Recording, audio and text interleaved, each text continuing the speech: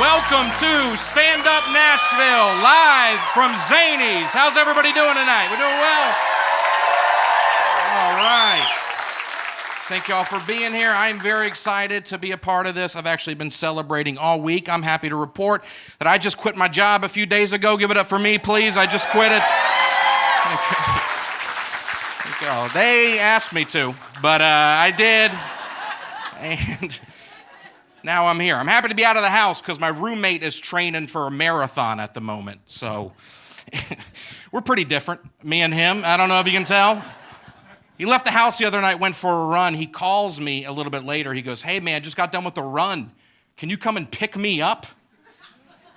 I was like, "Look, I don't know a whole lot about running, but shouldn't you end up back where you started? Isn't that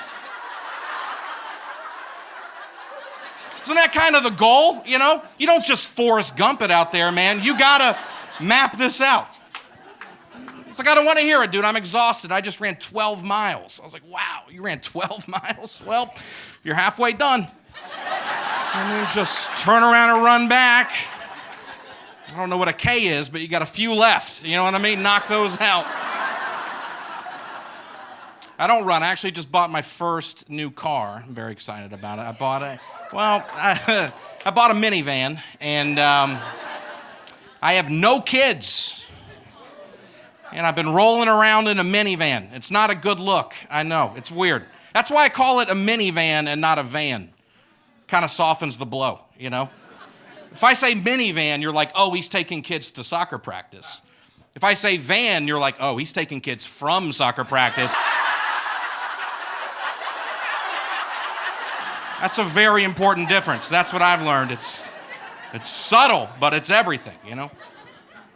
I know nothing about cars. It's humiliating. Anytime something happens, I always freak out. I had to get an oil change before I left Nashville last day, and I'm sure that y'all know what this is, right? But during the oil change, the guy came into the waiting room and he showed me the, what's it called?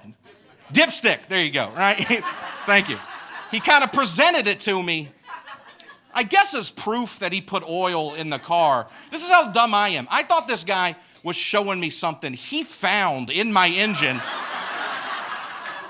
And that's why I needed an oil change, because a thin piece of metal somehow shimmied up in there and punctured one of the, the spokes in there. And you guys all work at Jiffy Lube? Is that what this is? I had no idea what he was showing me or why he was showing this to me. So we're just staring at each other. Like 20 seconds go by. He's waiting on a nod or a thumbs up or an eyebrow raise, right? Finally, I just go, "How'd that get in there, man? What happened, dude?" He goes, "Buddy, I think Chrysler put it in." That's how vehicles work, man. It's embarrassing, dude. I ran out of gas driving to do a show recently. I don't know if y'all have ever run out of gas while driving before, but it's your fault. Right? It's hard to blame the car. Your car is very clear about a few things. One of them is how much gas is in the car. It's not suddenly E, right? It starts at the F.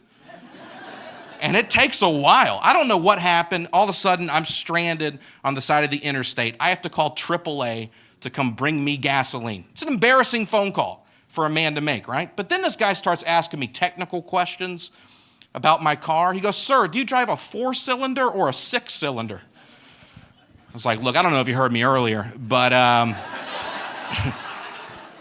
forgot to put gas in my car, so you think I know how many cylinders are in this thing? It's got 4 tires, buddy. Are those cylinders? Does that help? Why are you giving me a pop quiz? I need gasoline." "Well, sir, we just need to accurately identify your vehicle." "Oh, okay. Here's a trick for you. Why don't you just head down the interstate? I'm the guy on the side, not going anywhere. That's me.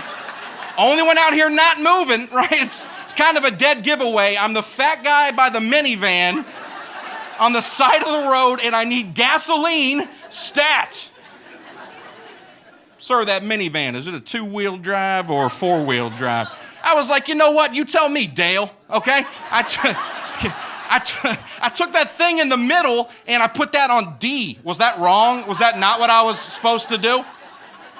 I don't know how many wheels D activates, buddy, but I had it on D.